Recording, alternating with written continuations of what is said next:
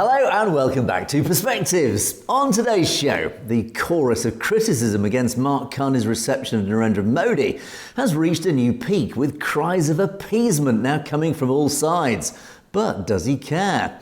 And as Iran gets pounded by bunker busters from the US, now joining Israel in its attacks, what does India have to say about this?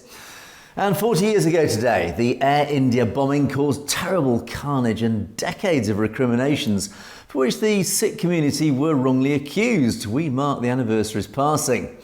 And in the US, Sikhs argue both for and against Donald Trump's bill requiring the trucking industry to speak good English. Well, we discuss both sides of the argument and why it matters so much. All this and more on today's show, but joining me as always for Perspectives is our very own correspondent in Canada, James Cousineau. Good morning, James. Well, I guess it's a good thing they're cracking down on the trucking industry speaking English, because I'd hate for them to come for us. But in that case, welcome back for another fun-filled week of Perspectives. We appreciate you being a part of it. We love your comments. Keep them coming in. And last week with our little hiatus there, we did not get a chance to air the Hardeep Singh Nijjar memorial video, so we'll have that for you on tomorrow's show. Make sure that you stick around today, and don't forget to come back tomorrow. Like, follow, and subscribe, and of course, share with your friends to bring more people into the group. Thank you for following and being a part of our show. Angus, back to you. Indeed, and James and I together will be bringing you our perspectives on the daily news affecting the Sikh community across the world. And indeed, as usual, we'll take a look at loads of great comments at the end of the show, so do stay tuned for that. Right, James, lots to get through today. As always, what are you going to start us off with this morning? Across Canada and around the globe, Angus, people are celebrating a dark moment in Canadian history and worldwide history. And of course, that I'm speaking of is the 40th anniversary of Air India Flight 182 that took the lives, tragically, of 328 individuals. With that anniversary marked, I wanted to take a moment to honor the victims, the families, and so many others around the world who still, decades later, are forced to deal with the pain with the anniversary and trying to capture the memories in their mind of those individuals lost. We know that the wide age range and the various cultural backgrounds of all those individuals really took a lot from what could have been people that made a change in the world, people that made a contribution, people who maybe cured cancer or other things, who never got the opportunity to follow on those dreams or to really achieve them. So let's take a look at a little video to remember those who we lost. 40 years. Yes, 4 decades have passed since the morning of June the 23rd, 1985. A day that shattered the lives of hundreds, leaving an indelible mark on families, communities, and an entire nation. A day when the lives of 329 innocent souls were stolen, not by fate, but by an act of unimaginable hatred and terror. Air India Flight 182 was more than just a flight number. It was a vessel of dreams, hopes, and cherished anticipation. They were people like you and me, but more. They were the heartbeat of families, the laughter in homes, the silent anchors of communities. Imagine the grandparents filled with the joy of returning home, eager to hold their grandchildren close after a long journey. Picture the parents, their hearts swelling with pride and anticipation for their children's future, perhaps on a well-deserved vacation or a new beginning. Young professionals brimming with ambition, charting new courses in their careers. Students, their minds buzzing with summer plans, returning home to embrace loved ones after a semester away.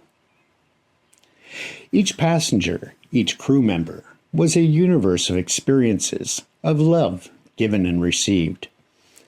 There was the young couple just married, embarking on their honeymoon, their lives intertwined with infinite possibilities. The seasoned traveler, a familiar face on this route, perhaps thinking of the garden they'd tend or a book they'd finish. The child clutching a favorite toy, dreaming of adventure on the other side of the ocean. They were fathers, mothers, sons and daughters, brothers, sisters, and friends. Every single one a unique story of vibrant life, abruptly extinguished in the cold, unforgiving expanse of the Atlantic Ocean, their last moments suspended between sky and sea, remain an unimaginable tragedy.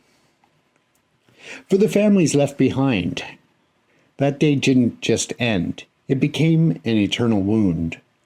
40 years on, the pain of that loss isn't a distant memory, a faded photograph in a dusty album. It's a constant presence, a hollow ache that time, despite its relentless march, can never truly heal. We remember the agonizing wait for news, the desperate hope clinging to every rumor that slowly, crushing despair took its place as horrifying truth of the tragedy unfolded.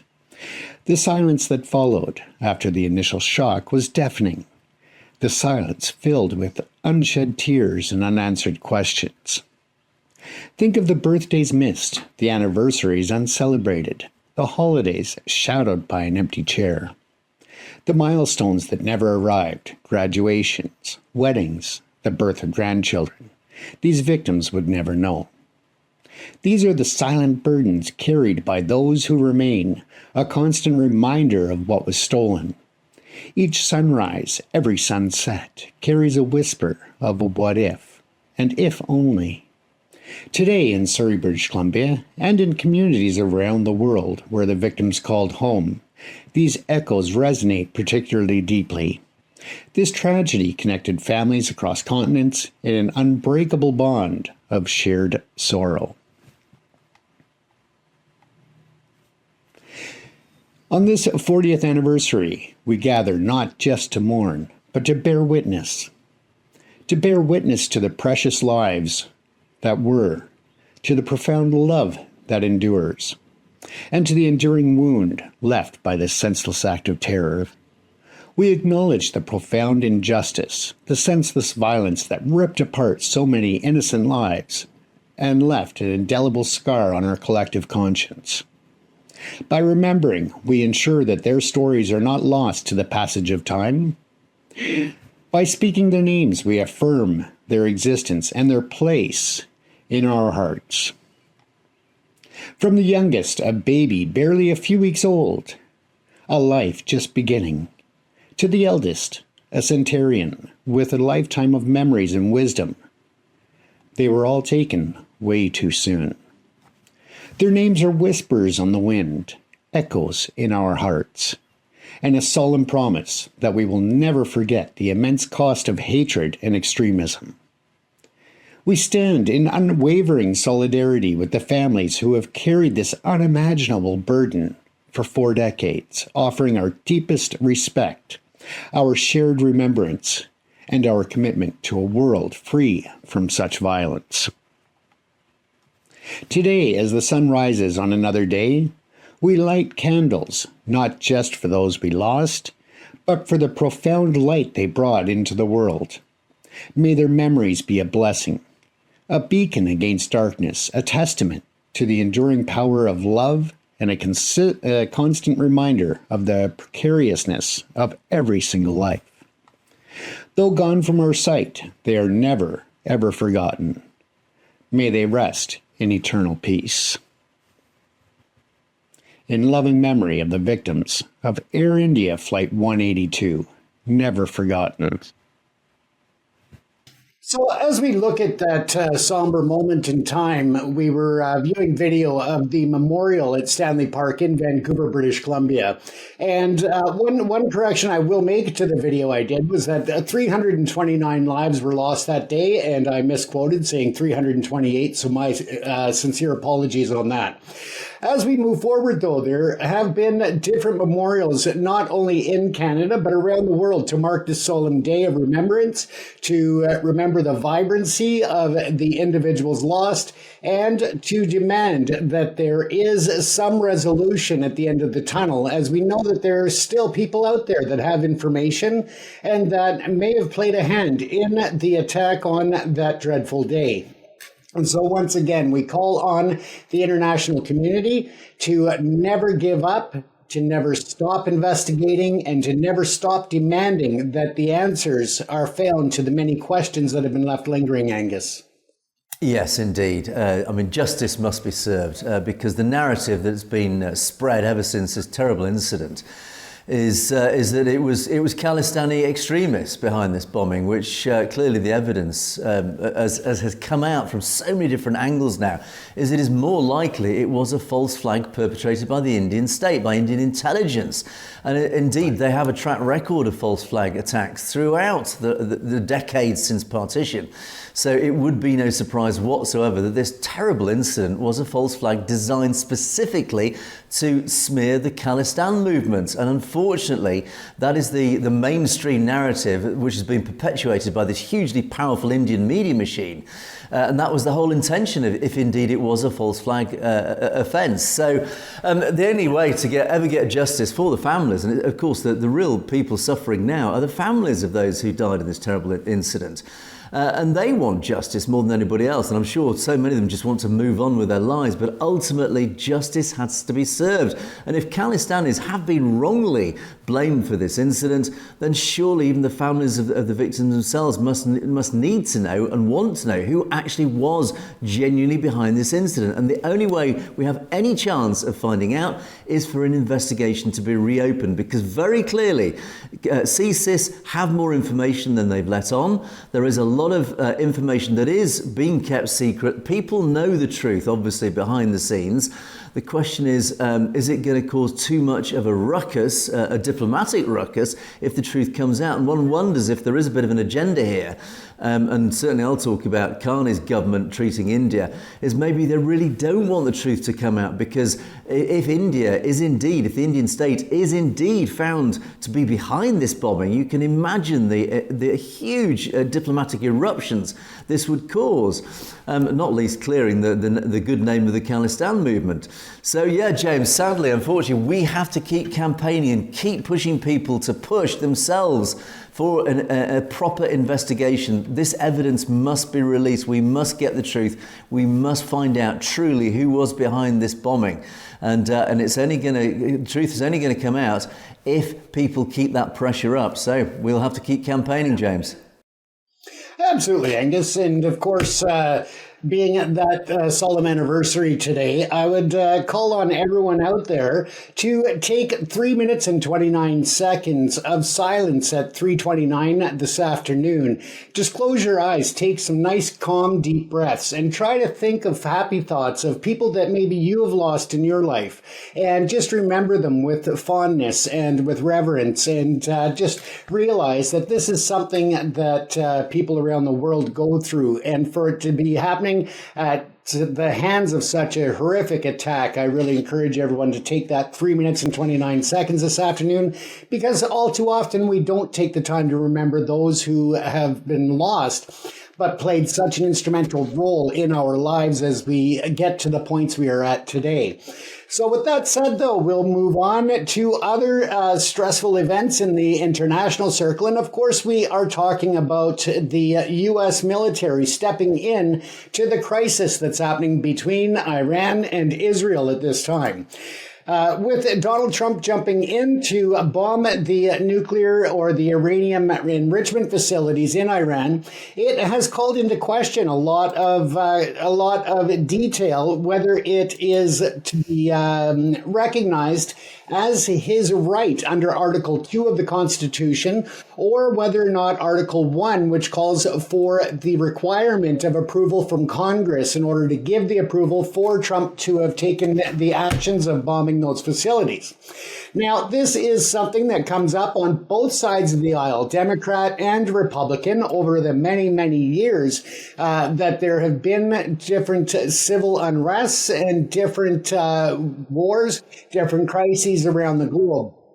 Once again, of course, because Donald Trump is already a very polarizing individual in the history of the United States, it's going to go down as a big question mark as well, because again, there is no legal precedent that actually defines whether or not he is right under Article 2, or if it should have went to Article 1 and required the approval of Congress. So that's something, again, that we are likely to see unresolved because of the fact that, as I said, whether it has been the Democratic or Republican leaders, this debate has gone on for decades, and I don't think that now will be the time that we get any type of definitive answer from the courts or from the various scholars who speak on both sides of this issue.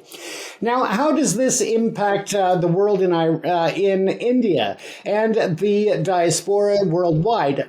Well, of course, we know that with different attacks throughout the world, it diverts attention to different countries and different incidents that are taking place, diverting attention to different atrocities that take place against the different diasporas, especially when you're looking at the minorities in India and how this could impact attacks or other issues when they are targeting the Sikhs, the Muslims, and others.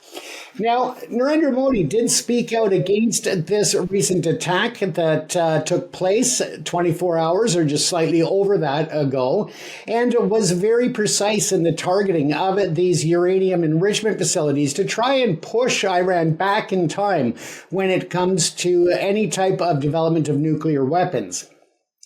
The very targeted, what they call buster bombs, are essentially designed so that when they hit the ground, they penetrate. They don't explode immediately on impact. They actually penetrate the ground quite substantially, and any of the layers of protection that have been falsely put to protect bunkers in between the surface and the bunkers themselves. Now, this, of course, has brought on a lot of outcry from the international community, and some of that has to do with the International Atomic Energy Association, and they have concerns about whether or not there's radiation that is leaking or radiation that could impact the environment and the people around it. Once again, though, it is, Narendra Modi coming out, and actually, oddly, I was surprised to see him come out publicly and actually cry out against the U.S. for taking part in what some are calling irresponsible actions. And other people, of course, are praising Donald Trump for his bold actions. So again, it depends on which side you're on. But Narendra Modi, of course, was speaking with the Iranian president, and he expressed deep concern at the recent escalations and emphasized a dialogue and diplomacy as the way forward. For regional peace, this marks India's first direct statement on the U.S. action, highlighting its strategic partnership with Iran and vested interests in stability in the region.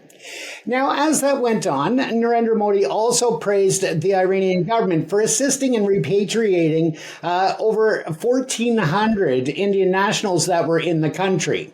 Now, this took place over flights over the past several days, and that included a flight last night that came in quite late, but again, returned over 100 more nationals to India. And for that, Narendra Modi has been quite grateful and publicly speaking out to that. Now, the International Atomic Energy Association General Rafael Mariano Grossi has convened an extraordinary session of the Board of Governors for Monday, and that'll be happening at some point today, citing the increasingly serious situation in terms of nuclear safety and security. Now, India plays a role as one of the 35 members of the IAEA, and that, of course, will put them in participation with this crucial meeting, and that will address, hopefully, the ramifications of the U.S. attack and the safety protocols at the Iranian nuclear facilities. Now, the UN had been working with Iran to ensure that these facilities operated in accordance with safety measures and monitored radiation levels. It should also be stated that last week, as various individuals were working with Iran, including the U.S., over the last 8 days, that's when Iran was bombarded by Israel. Once again, as Iran went to speak with and was in negotiations with several European countries, the European Union, Germany, France, and the UK, of course, they were all involved in negotiations when this attack took place by the US. So technically, Iran has not left the negotiating table. They have stayed there trying to find solutions, and yet the attacks seem to be increasing and not decreasing. And of course, we want to see them decrease to bring stability to the region. Now, Operation Sindhu was what they were calling the repatriation of the Indian nationals and bringing them home. And they also brought in flights with other foreign nationals as well as a humanitarian assistance to other nations. And that included Nepali citizens and Sri Lankans. So again, it was a big day. As you can see on the screen, there's an image of some of those individuals who were returned from Iran. And it is, with great joy to see people being evacuated. It doesn't matter where they're from or what their background is. It's just nice to see people being safely returned to their homeland and out of harm's way. Now, as we take a look at this, one thing that I brought up, which is very important, is the potential on the domestic ramifications. And again, specifying with that I'm looking at India, although it does have impact in other nations as well. Now, while global attention remains fixed on the escalating crisis in West Asia, there's concerns within India that potential domestic implications, particularly concerning the treatment of minority groups. Now, historically, periods of heightened international tensions, especially those involving the Muslim majority nations, have sometimes coincided with increased social polarization and acts of violence against the minority communities. Some observers express apprehension about the current focus on the Middle East, and it could be exploited by certain elements to distract or even justify increasingly discriminatory actions or violence against minority, including the Muslims and the Sikhs, particularly in regions like Punjab. So again, such concerns are rooted in past patterns, and this is where communal tensions have been exacerbated during times of external conflict. It remains crucial for authorities to ensure that the safety and security of all citizens and prevent any opportunistic acts of violence and discrimination in the shadows of the events and of the news of what's going on. So once again, we encourage people to just be careful out there, because although it may be a long way to California or to here in Vancouver or to, London in the UK, we expect that there will be some type of retaliation from Iran. I do think practically they will target U.S. military interests in the Middle East and in West Asia. But it also should be a reminder that with the extremist groups out there and, the lone wolves, as they call them, the individuals who act upon their own volition, they could target other U.S. interests around the world. So again, if you are traveling, use caution. If you are near embassies or consulates of the U.S. in any nation, just use extra vigilance when you are in those areas, Angus. Just a sad day to see that we're reverting away from peace around the globe, Angus. Yes, indeed. One never likes to see bombs flying around anywhere on this planet. Ultimately, we all suffer at the end of the day. But this is an interesting one. I'm actually very curious to know what our audience's opinions are on this whole issue of Iran, whatever. And I have to say, it's very interesting. It's actually very telling that Iran's response and the expectation is that Iran will wreak revenge through terrorist activity. That includes bombs and killing innocent civilians by setting off bombs in public places, attacking all sorts of places. In other words, their response is actually terrorism. And this actually really goes back to the root of why ultimately they have been bombed. It is because they have been wreaking proxy terrorist activity around the world against primarily the West, against primarily Israel, of course. But ultimately, ever since the revolution back in the 70s, these extremist Islamist fundamentalists have taken control of Iran, what used to be a beautiful, free country. And you only need to look at some of the pictures of Tehran in the 1970s to see actually what an amazing country it was.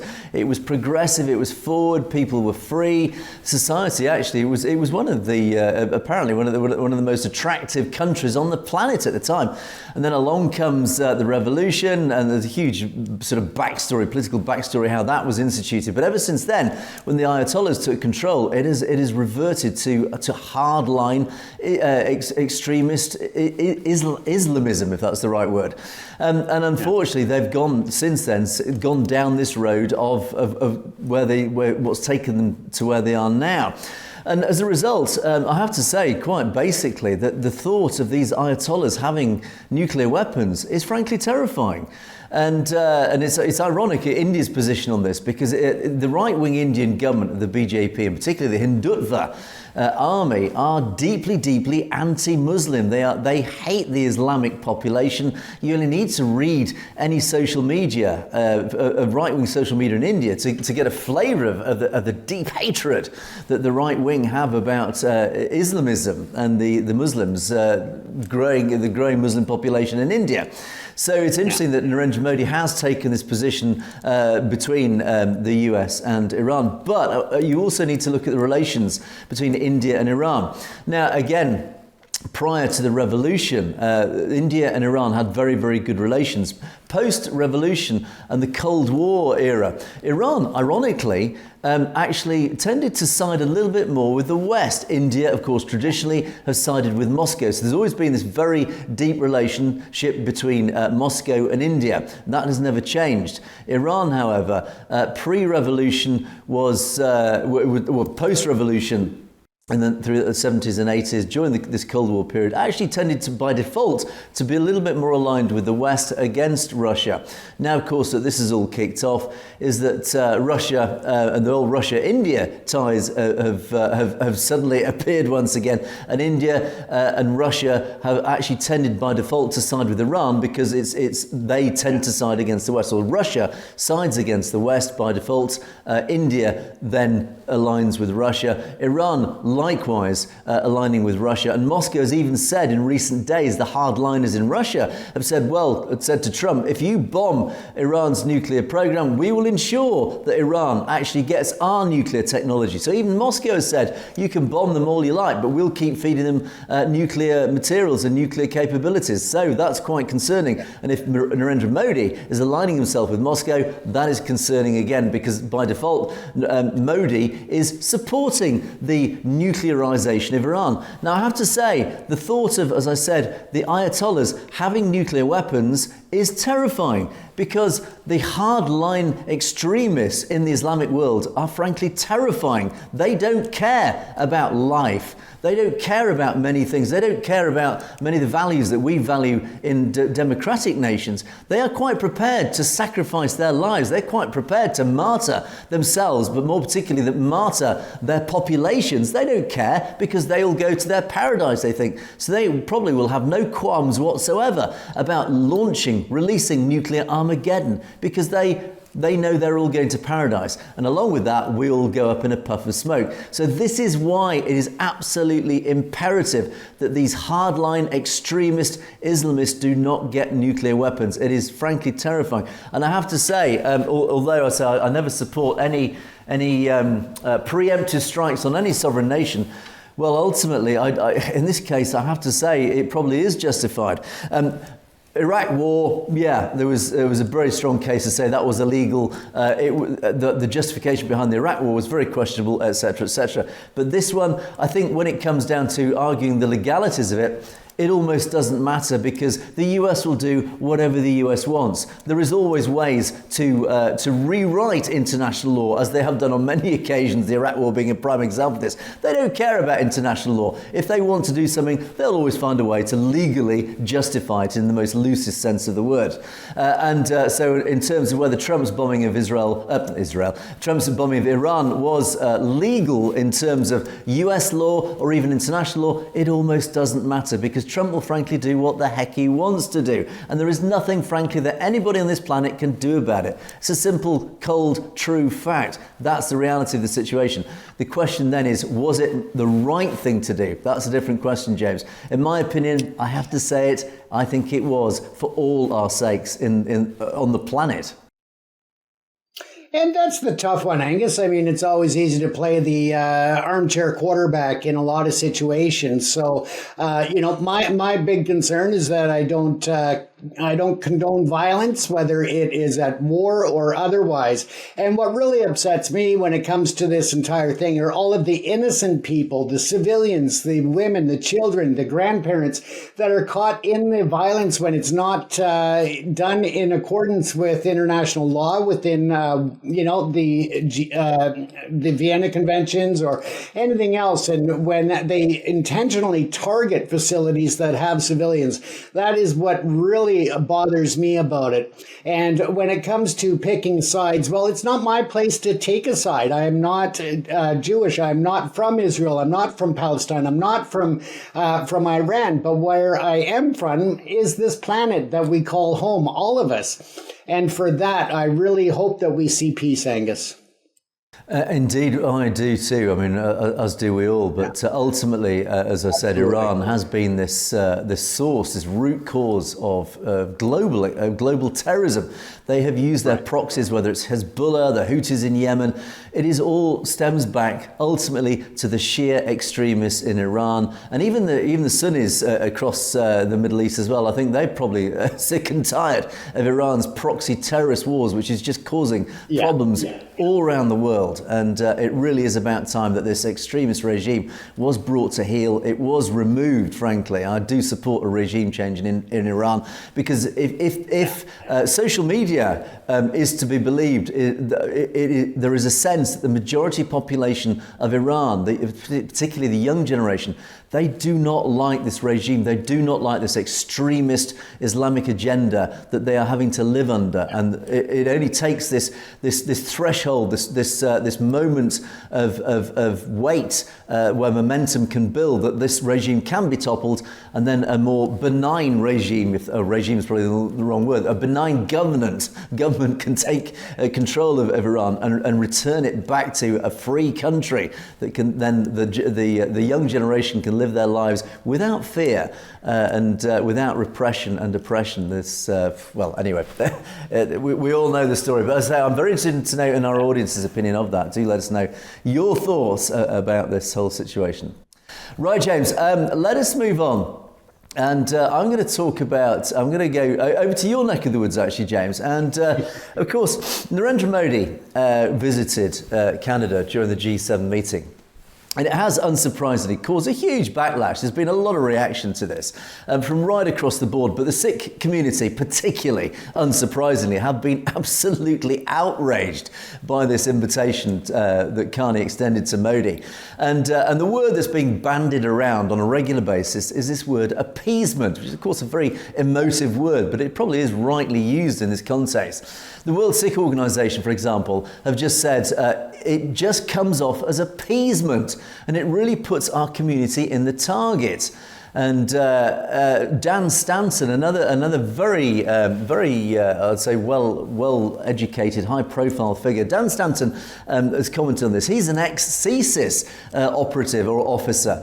So he worked actually for the Canadian intelligence services. So he knows what it's about, and he is a regular spokesperson about Sikh issues, because he knows exactly these issues in depth. He knows all the secrets behind the scenes. So he's the right person to go to if you ever want to know really what's going on, and particularly when it comes to Sikh issues in India. And even he said that Prime Minister Carney has chosen to go the appeasement route. That word again, the appeasement route, is disappointing. It's also wildly inconsistent. After all, what's the point of Canadians needing to keep our elbows up if we're so willing and ready to stand down when it matters most? And this phrase "elbows up" is this concept that's been bandied around at the last election about Canada being a little bit more robust and standing standing up for itself. And so ultimately, even Dan Stanton said, well, there's no point talking about us being elbows up if at the first problem we pull our elbows down and we welcome somebody like Modi into our country because, well, we want to be friends with him, etc. And there's been, in fact, the World Sikh Organization showed a video, and I'm going to play this video. This is quite a telling video. Have a look at this video. It's by Global News, and it just wraps up in just a minute and a half, summarises the situation actually very well indeed. Just have a look at this one. The federal government may be trying to turn the page on this relationship reset, but the potential threats India poses to Canada are spelled out here in black and white. Through proxies, in this case the Bolshoi gang, they had created basically a crime wave across Canada. Canada's intelligence agency warns foreign governments like India are behind a concerning trend of states leveraging organized crime networks to conduct threat activity, including transnational repression of legitimate speech. The report also states New Delhi's alleged role in the murder of Sikh activist Hardeep Singh Nijjar signals a significant escalation. Yes or no, did you bring up the murder? I refer to my previous answer. Prime Minister Mark Carney dodged the question, saying only they discussed law enforcement cooperation. It just comes off as appeasement, and it really puts our community in the target. At the G7, Canada and India agreed to reappoint high commissioners and restore diplomatic services. It is the fastest growing major economy, and it is the world's most populous state. I think it was necessary and successful. Necessary, it appears, as Canada looks to India as one of its options for reducing reliance on the U.S. We're not even the middle power we used to be, so we're at a bit of a disadvantage. So it is necessary to yield a bit. Canada took a different position on India under Justin Trudeau. But the country is in a different economic position today. And some international relations experts say Canada needs more partners, even if they're imperfect. Talking about a political pivot, and I have to say that my worst fears of Mark Carney are clearly being realised. He is a globalist. He really doesn't care about the Sikh community. He's only interested in globalism, in pushing this World Economic Forum agendas. And here he is welcoming Prime Minister Narendra Modi with a handshake. But more importantly, you only need, I think that question at the press conference says it all. You know, why have you invited Modi when we know that he murdered Nijjar, etc.? And he just dismissed the question, dodged the question, as that reporter said. That, I think, in just those few seconds, just tells an absolute novel in terms of what it implies about Mark Carney and the way he's going to take the Canadian government. And there must be some Liberals absolutely squirming in their seats now in Canada, thinking, hang on, we had this robust defence of our nation and our robust defence of our Sikh community under Justin Trudeau, and suddenly this guy parachutes in from nowhere. I mean, where has Mark Carney come from? He's not a politician. He's suddenly parachuted in from nowhere. Well, I know where he's come from. He's come from the World Economic Forum, and suddenly he's pivoted the whole policy of the Liberal Party, and they're welcoming somebody like Narendra Modi. And it's human rights. Who cares? We don't care about human rights. It's all about trade relations. It's all about commerce. So I think, again, as I say, my worst fears are clearly being writ large. They're unfolding before our very eyes. There's a very interesting article written by somebody who actually worked alongside Justin Trudeau for many years, a lady called Supriya Dwivedi, and she wrote she wrote an article basically. I think she summarised very, very well in her article what on earth is going on. She was a former senior advisor to Prime Minister Trudeau and worked on a number of national security and foreign interference issues, including particularly related to India. So again, inside knowledge. She knows what it's all about, and she said that under the Hindu nationalist BJP government of Modi, which seeks to establish this Hindu hegemony over India, of course, this Hindu Rashtra, India's obsession with the Sikh diaspora has gone into overdrive. And then her article then just lists this whole litany of attacks against the Sikh community and why Canada needs to really wake up to this threat of India. and particularly its threat against its Sikh population. She talks about the murder of Hardeep Singh Nijjar, which CSIS have very clearly laid at the door of India. She talks about other homicides, as well as extortion, home invasions, arson, a dozen credible and imminent threats to life. So in other words, it wasn't just Nijjar. India is wreaking criminal havoc and terrorist havoc across Canada. She talks about the Bishnoi gang, who we know are active in North America. She talks about how Amit Shah, one of the senior officials who authorised intelligence gathering missions and attacks in Canada. This is a senior minister in Modi's government, Amit Shah, who has been operating his operatives in Canada against Canadian citizens. She talks about the public inquiry that we've just had, where India was seen as the second most active country engaging in electoral foreign interference behind only China. She talked about Jagmeet Singh, the NDP leader, who's under surveillance of a suspected Indian government agent, prompting the RCMP to notify Singh himself about a credible threat to his life. He's now under police protection. And she says, one of the chief criticisms levelled at Carney is that, and as I referred to earlier, he is a technocrat turned politician with almost no political experience. Yeah, indeed, he was parachuted in by the World Economic Forum. And as she says, this blatant display of political naivety as regards his approach with Modi could not make that clearer. In other words, everything that he's doing just demonstrates political naivety. He doesn't really know what he's doing, politically speaking. I think he knows what he's doing in terms of following the WEF agenda, but in terms of looking after Canadian interests, that's a very, very different thing, and he's failing spectacularly at that.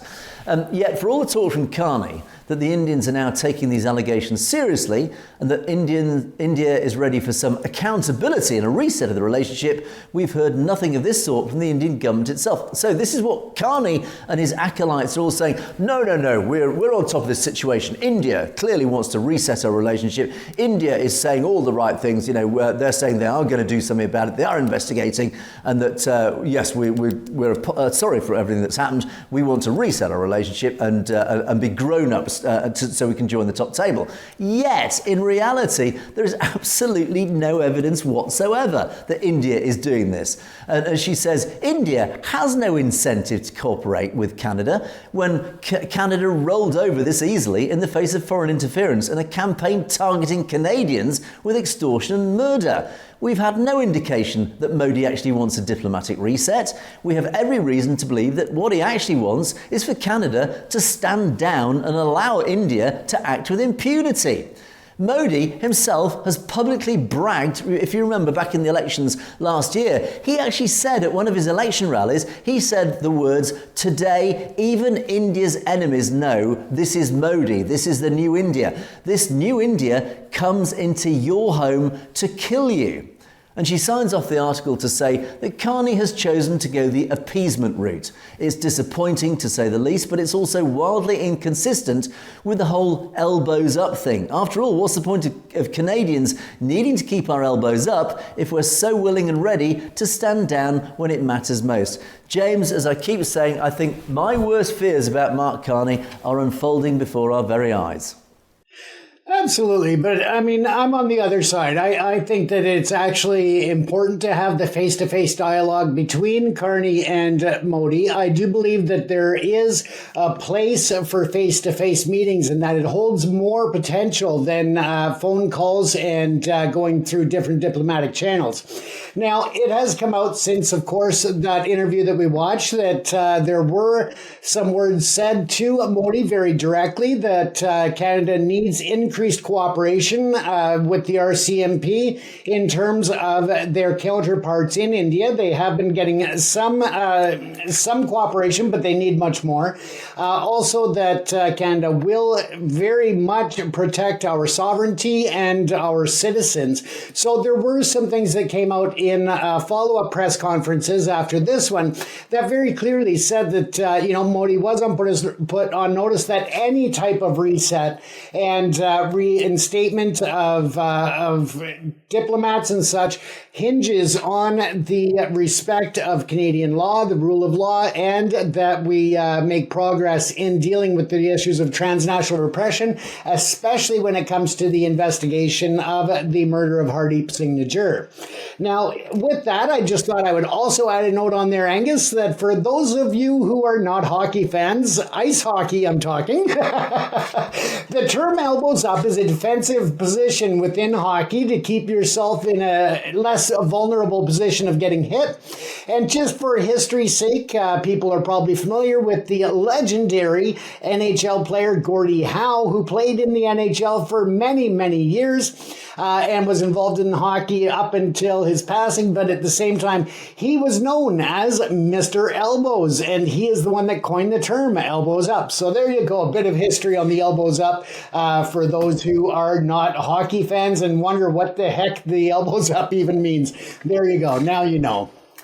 Excellent. Thanks for that very informative point there, Deb. Now we know elbows up what it's all about. So, but yes, James, it will be interesting. I think like the UK government, we can only judge by results.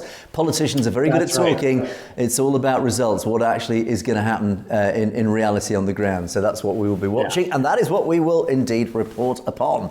So let's move on to my second story. And I talked some time ago about this. That there is a new law being brought in by Donald Trump. It comes into effect this month, and it directly affects the trucking industry in the United States. And of course, this has a massive impact on the Sikh community. Donald Trump in April signed an executive order mandating that English proficiency must be sufficient for commercial truck drivers. And of course, many Punjabis who arrive in the States come with English as their second language. So of course, it does directly affect many Sikhs who work in the industry. And they reckon there are up to 150,000 Sikh Americans who work in this industry.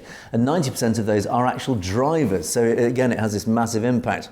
Now, interestingly, the Sikh community is actually divided on the executive order. One could argue, one would naturally assume, hang on, they're going to be really against this, saying, well, this is a bit discriminatory. Actually, ironically, and as I'll talk about, there are very good reasons behind this order, and actually many in the community have argued both for and against it.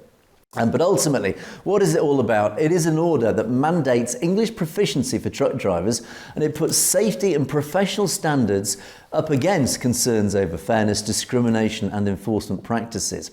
So, the regulatory agency will bring this enforcement later this month, so it's happening imminently, and this is why things are reaching a bit of a head.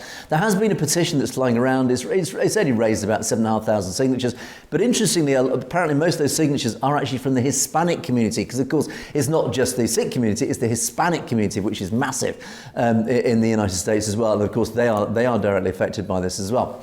And ultimately, the penalty is if you fail the English assessment, you risk being put out of service. Basically, you'll lose your license. You lose your trucking license, in simple terms.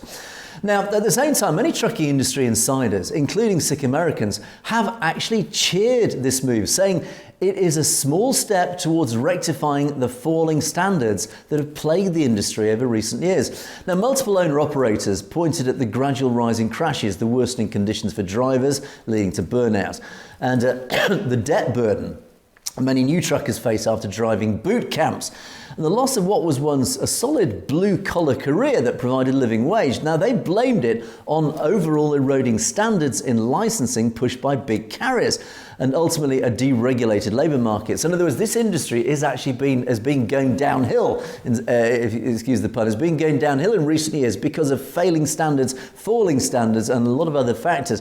But one of the issues they think is contributing largely to this is the lowering of standards for English proficiency. That is why actually many in the industry are supporting this, particularly even in the Sikh community. Now, when Trump was elected, one of his big campaign tickets was actually highlighting worsening roadway safety. And he does actually specifically, and he's been very clear and very transparent about this all the way through. He said, look, one of the reasons behind this worsening safety on our roads is the lack of enforcement of English proficiency.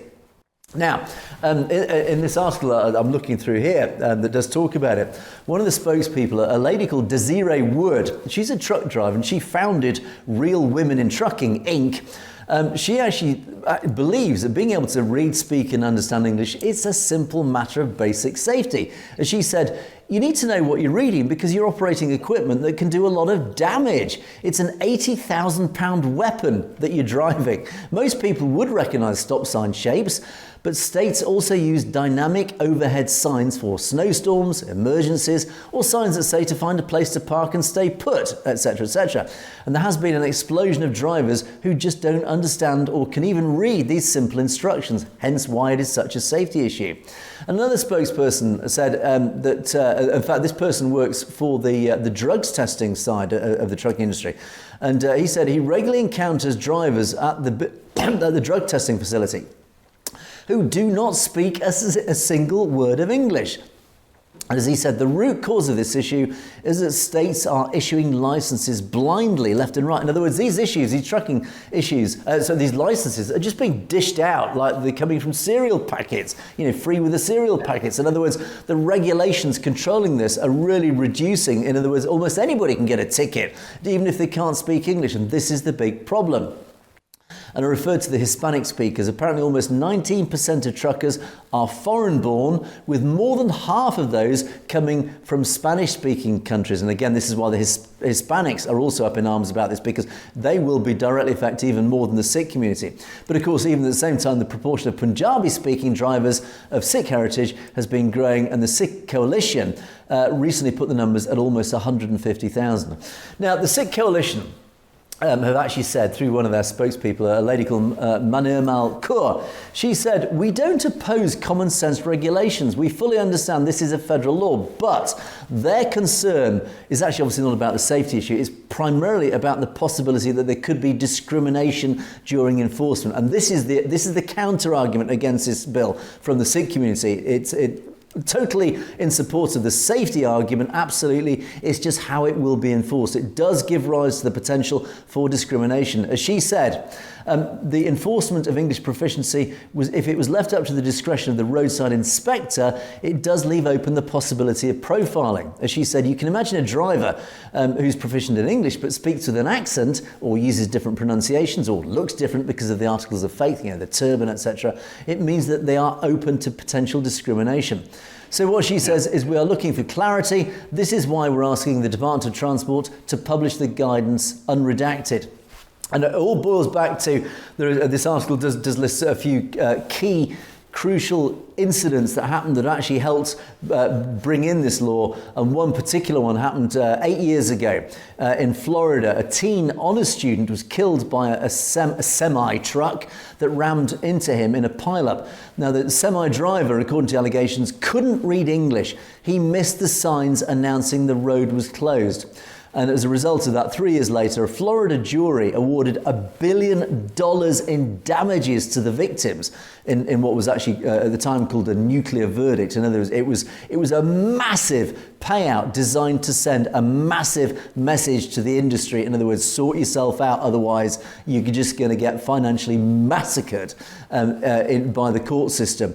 And as Dylan said, the spokesperson said, in such cases, the problem is that yes, insurance coughed up the damages, the carrier company merely walked away, but the impact, it affects everybody in the industry because, of course, the insurance rates skyrocket. And as he said, my insurance used to be $7,500. It's now $30,000. So again, it's all about, ultimately, everybody loses if people can't speak English and read roadsides. The safety issue, obviously, is the most overriding issue. It's imperative that the industry operates safely, primarily to save people's lives, but also it impacts everybody financially, because when these incidents happen, then everybody ends up paying through their insurance and increased insurance premiums. So there you go, James. Arguments both pro and for.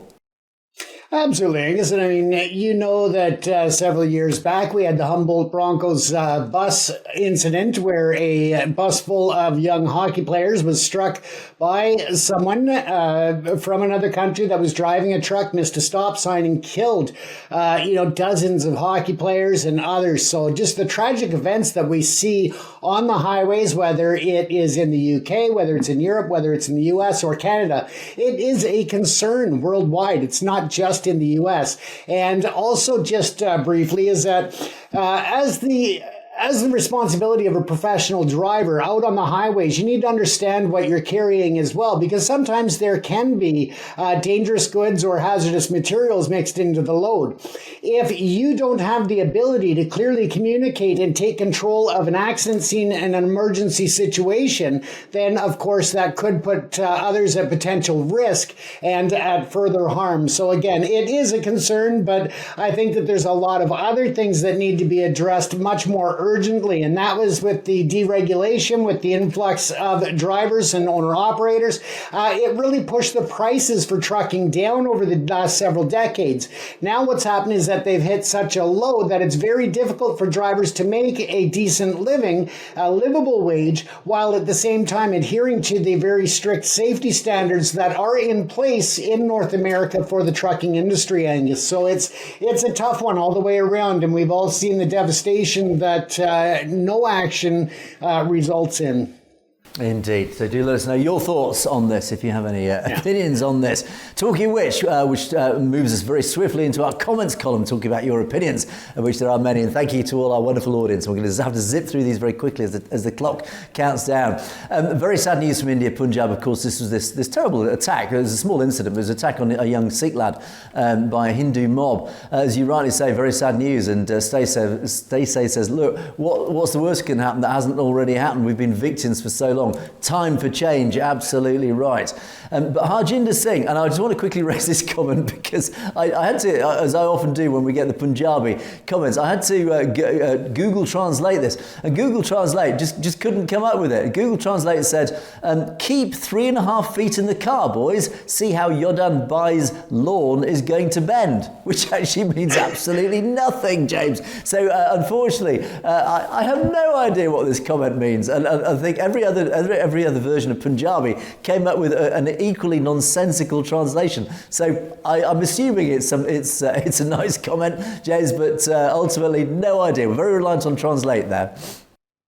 Well, if the audience can let us know, because maybe we need to move that over to Critics Corner. We just don't know. Exactly. It could be a rude comment for all I know. But all I do know is there were 2 sings at the bottom, 2 lions at the bottom. So when I think from that, I assume it was a nice comment. Anyway, Harjinder, thank you. That's right. TC jumps in, says, perhaps the BBC should be consulting us because we seem to know a lot more about Sikh-related matters than the BBC do. Of course, this is when the BBC getting its knuckles wrapped about following the Deep Sidhu. It was a Sidhu Masiwala article that they did, and they parroted that Indian narrative. So yes, TC, absolutely right. I agree. I think the BBC should be consulting James and I. Should they not, James?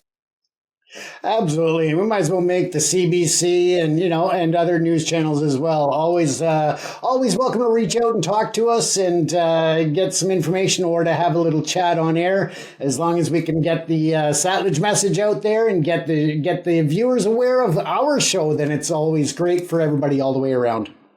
Indeed, and a couple of comments from Mahanda6969. This almost made our critics' corner, but I thought no. I think that they're worth not the humiliation of that. He says, first of all, Canada's CSIS confirms that Khalistan extremists are using Canadian soil for promoting and planning violence in India. Really? Is that true? I am genuinely interested. Is that true? I have seen no evidence anywhere to support this statement. If it was true, I have absolutely no doubt that CSIS would be announcing this. And I certainly know that India would be spreading the evidence all over mainstream media and social media. And yet I see lots of claims. I see no evidence. And James, I suppose you likewise have seen absolutely no evidence whatsoever in the Canadian media to confirm this. And likewise, if it was true, we would certainly know about it. And also the accusations that India have raised with CSIS, with the RCMP on a regular basis, saying you are harbouring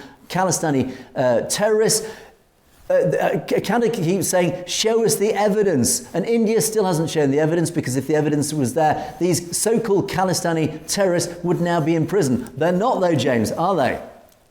I hate to say it, Angus, but actually it is very much coming out in the news in the last 24 to 48 hours. CSIS has recognized it, but they are also, this is an essential point to take away, is that they are also trying to make sure that the public understands that there is a major difference between that small pocket of extremists that are actually being targeted by the CSIS and the RCMP right now versus the majority of the Khalistan referendum activists and the majority of the Sikh community. So they really are pushing hard for people to also understand that they shouldn't be painting everybody with the same brush. I have been reviewing the 2024 CSIS report and following this as well. We will have a more in-depth story on this tomorrow night, Angus, as I've been working on it all weekend and as this information's been coming out as well. So.